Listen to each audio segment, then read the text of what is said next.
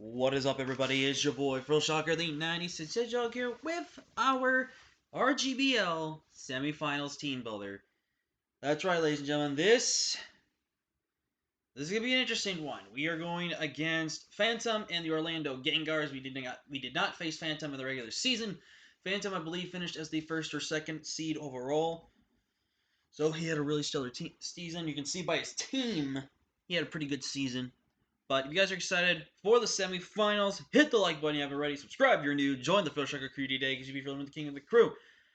So I'm not gonna lie to you guys, I'm a bit nervous for this match because there's at points I feel like I have this match, but there's also points that he can have this match.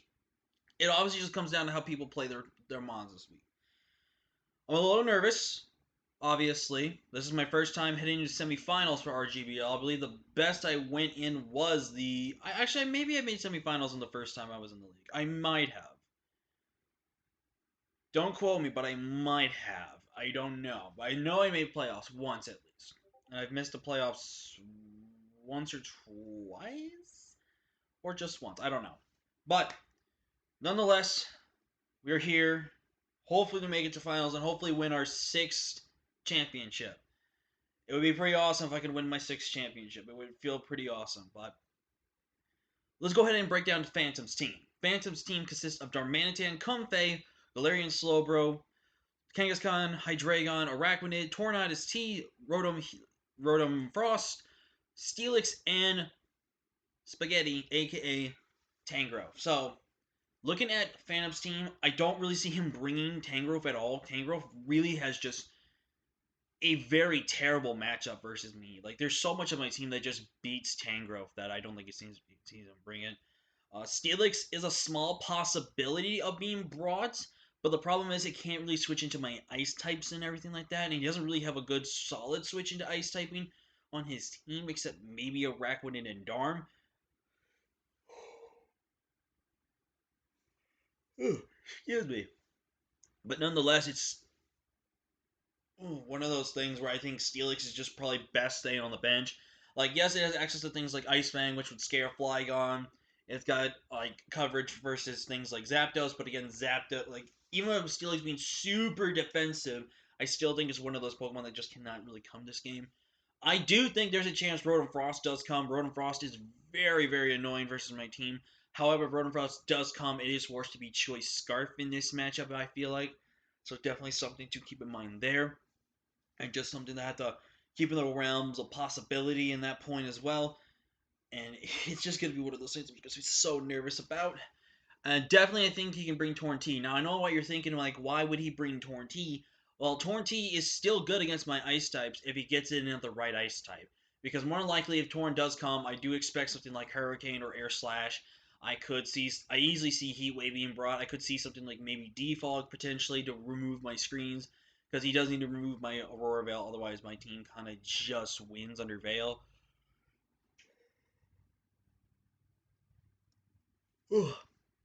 Excuse me. But that's definitely something I have to keep very much in mind and very much careful. Like, if you also look at his team, he really doesn't know how to struggle for something because he has a bit of a Webs team. But you look at my team, Webs doesn't really do him much in this game. Like, Webs is nice versus my team, but here's the problem with having Webs. Webs is just one of those things where you look at, like, half my team, they don't care. Then you look at ones like Maldo and Swampert, they don't care. Like, there's just no way around what they want to do, you know? It just seems really pointless. So who knows? But nonetheless, but yeah, for his main 6, I think 100% Darmanitan is coming. Darmanitan has the perfect coverage versus my team. I have very few mons that can come in on Darmanitan himself. If he's not Choice Banded, he should be Choice Scarf. He really should be Choice Scarf instead of Choice Band, in my opinion. But Choice Band could be a more of a scarier, but also a very more likely of a dangerous rig. Excuse me. Because of the fact of certain things and everything like that. I think Comfey easily does come. Comfey's very annoying versus my team.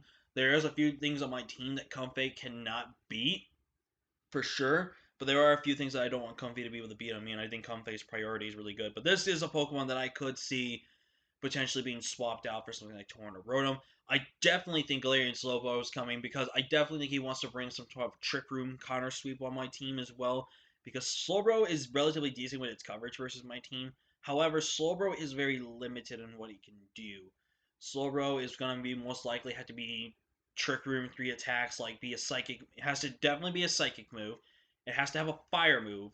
And then it has to be tossed up between having either the Poison move, the Ice move, or some other move to hit my team. Because Slowbro can't do that much against a lot of things on my team. For a counter switch and stuff like that.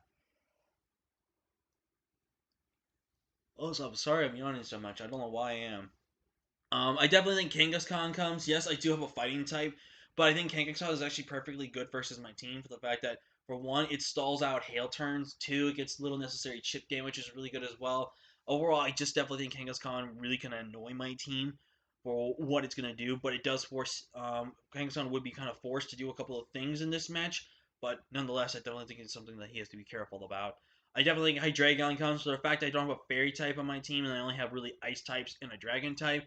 I think Hydreigon's not gonna be too pushed away or nor like pressure to want to come versus me. But I definitely think this is something that would 100% expect him to bring versus me, just because just being an offensive Hydreigon or finding the perfect position to get the Dragon Dance up, Hydreigon can be a massive problem versus me if I allow him to get that way. So definitely something that like I can easily see him bringing like a Dragon Dance Outrage set because of that against my team. So it would be something I have to be very careful about. Oh God, I'm sorry, guys. I don't know why I'm yawning so much. And I lastly think Iraq, when it comes, there could be the potential he wants to bring webs or just bring a really bulky, like protect toxic, dual stab, or just liquidation and maybe sticky webs or something like that with his Araquanid. But again, there's a couple of things you can see in his team that can be swapped out for things like Torn and Rotom and maybe Steelix, but I definitely think Steelix just sits on the bench. But let's go ahead and bring hopefully the A team that's going to bring us this win. You can see we're really kind of being risky this week. And we've kind of brought, I believe we brought a team like this before, except we may have swapped out one of the monsters with Necrozma. But I think we brought a team that was pretty much similar to the one we faced on oh, who was it? Was it Clockwork? No, I don't know if it was. I don't remember who it was. But it was the Cherum's team. So yeah, we're bringing Norberta. I look at Norberta in this matchup. Norberta hits hard. Norberta puts in the work this game. We are obviously bringing the Dragon Dance set. We are bringing Dragon Dance, Earthquake, Stonehenge, and Earthquake, or Dragon Claw. Mine was my bad. 16 HP, max attack, and enough speed. With the speed, we are faster than both Darm and Hydreigon guaranteed, and pretty much everything else in this team besides Torn. But with the +1 speed, we are faster than everything guaranteed, no matter what, unless for some reason he's a Scarf Torn, which I highly doubt. But once we get our +1 speed, we go in. I unfortunately do have to run Stone Edge in order to get the KO on certain Pokemon like Araquanid. Araquanid doesn't get 2 KO'd by Rock Slide. I mean, doesn't get KO'd by Rock Slide. With the sets I've seen, Stone Edge is the only way I have a chance, to, at least a chance, to OHKO it. So really don't look forward to that option, but it's one of not my only options. Oh my god. Excuse me. Oh my god, guys. I'm sorry. But Flygon, I honestly think, can put in the work this game, and I think Flygon overall is just going to be able to win this game. Now, he has not come for like how many weeks, but this is the week that the clamps Armaldo here shines 100%. We are bringing a bit of an offensive but defensive, adamant offensive Armaldo this week with Stone Edge, Scissor, Earthquake, and Swords Dance. Max HP, 92 in the attack, adamant nature, 156 in defense, 8 in split dev. So the thing is, I don't expect Hydreigon to be choice specs at all in this matchup. Because again, I mean, he could just want to be choice specs, but I think Choice Scarf makes a lot more sense because if I'm not bringing Scarf Flygon and I have to bring a Dragon Dance Flygon, he would rather have to guarantee that speed average control, which would be really cool to have. Excuse And if he ends up being physical Hydreigon, this actually benefits me a little bit more than it does him. I mean, yes, his attack would go up and it'd be a little bit problem, but it gives me more chances to live the hits from a Hydreigon more than it does from the special side. But I am running kind of the standard utility set that they have, except I've changed up the defense. We are running the standard max HP and then to attack, because honestly, that's all I really needed versus his team. And then I ran pretty much the rest of it instead of speed into the defense and a little bit in Spadef to be really bulky. It gets 2 KO'd by non-banded Darm, and I believe it's banded Darm. I still do live ahead, and again, there's the options of, spoiler, we're going to have Aurora Veil. I can get this thing in under Aurora Veil and then just start clicking Swords Dance and then just clicking buttons. There's nothing on his team that really takes this thing. Everything after a Swords Dance gets one hit KO, except maybe Steelix, which we get 2 KO'd. But other than that, there's just not much on his team that can beat Armaldo. And Armaldo could potentially be one of the potential win cons we have in this game. So definitely something to keep in mind right there. I am going to be bringing Choice Scarf Zapdos because also, you guys don't know we bring the shiny hypes again, but there's 2 shinies we can't bring. One is Zapdos because it's not legal. But Zapdos, I decided to go Choice Scarf instead of Choice Band, is just because I wanted to keep speed priority in this game. Having speed control in this game, I think, is going to determine the winner of this game. So I've got Dragonite speed control with Norberta, and now I have Choice Scarf speed control with Zapdos here. We're running Close Combat, Brave Bird, U-Turn, and Thunderous Kick. This is a bit of a risk running double Fighting Stab versus something like having like a Dark type move and hit Glare and Slowbro. But again, with having things like Brave Bird, I kind of don't care. And plus, if we can still chip down Slowbro, even though if it has Regenerator, with Thunderous kicking it, I can be able to beat that thing, which is really good. And I can be just able to handle that as well. We have U-Turn there for pivoting and Brave Bird, obviously, because it's a strong hitting stab. And I know having something like Brave Bird's a little risky, especially when there's a thing like a Comfey out there. But again, Comfey's not that too much of a concern towards me. Now, even if Comfey does Drain Kiss me, as long as if it's Life Orb, it's only at maximum doing like 60-something%. And depending on how much we've already chipped down that Pokemon, it's not doing that much towards me unless it's Calm Mind. If it's Calm Mind at +1, it, I believe, with a Life Orb, does guarantee the KO or has a chance to KO, but the chance is in his favor. If he's not Calm Mind, which could or not make sense versus me, it's up to him to what he thinks on that. But overall, I definitely think Zapdos can be really good in this matchup, and I think Zapdos can just hit so hard, which is really great. Up next, we're being Vanillix with the Icy Rock, max HP 4 in defense, max special attack, modest nature, Aurora, Freeze Drive, Blizzard, and Water Pulse. Water Pulse, as we already know, is a good way to hit the Darm, potentially switching in. Does 2 KO Darm. We are running Aurora Veil because Aurora Veil is always the best thing to have in Hail. Freeze Dry, obviously, for obvious reason. And then just Blizzard spam is super clutch. Again, if he does bring something like the Rotom Frost, we don't really touch Rotom Frost that much, but our Blizzards, I believe, will hit harder than Rotom's Blizzards because our special attack set is higher than Rotom's. But again, Rotom can't do too much to me besides Thunderbolt me, which is about the worst it can do. But I think also trying to get Aurora Veil set up is going to be really important. I definitely think of how my switches are going to really matter in terms of what I think is what I need in this matchup. So definitely something to keep in mind there. But obviously we're running the Icy Rock because Ice Pick literally is the win con here. He cannot beat this thing, no matter what. The only way he beats this thing, in my view, is probably, in hindsight, what he thinks is probably Steelix and Araquanid. Everything else cannot beat this Sandslash on his team. Not even Darmanitan once I get a Dragon Dance, a Swords Dance, or something like that. Looking at my team, what does he have for +2 Sandslash? Nothing. If I get the +2 off, there is nothing in his team that really takes a hit. Everything is one hit KO'd from everything I've calculated on these damage counts. Even without going for the boost, it guaranteed KOs with Icicle Crash with on the Hydreigon. So again, there's this point where I can probably get at least one, and only one Swords Dance off. And yes, this is very risky that I'm bringing 3 Mons with setup, but as you'll see with my last Mon, it's about the exact same thing.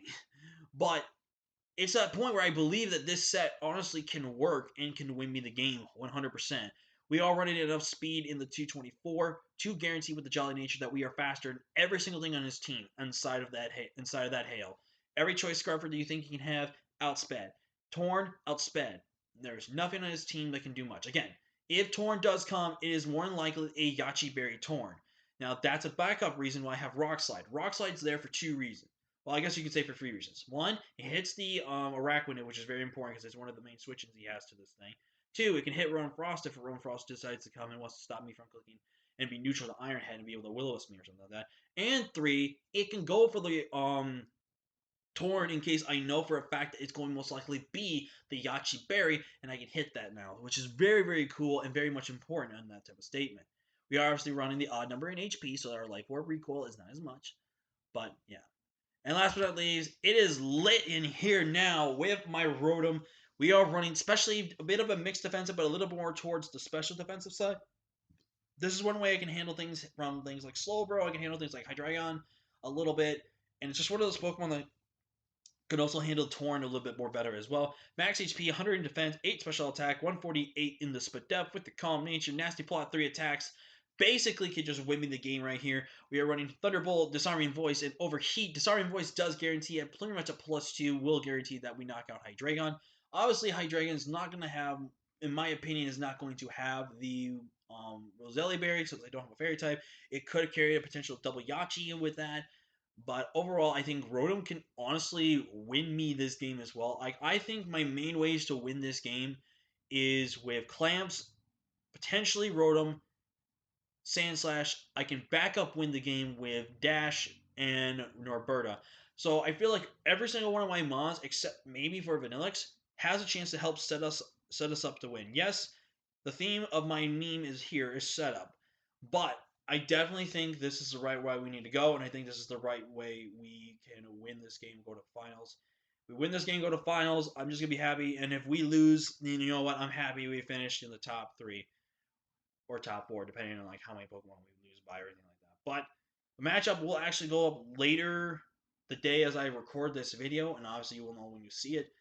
But I'm very much looking forward to this match. I'm really looking forward just to have some fun, enjoy the fact that I made it this far, and just go from there. But thank you all so much for watching. Thank you all so much for support, and thank you to everyone who has recently subscribed. We've hit 21 subscribers. We're almost at 1,500 views on the channel. Thank you all so much. It really does mean a lot to me. But until next time, guys, I am Phil Shocker, the United States Hedgehog. I will see you guys for the semifinals. Till next time, peace.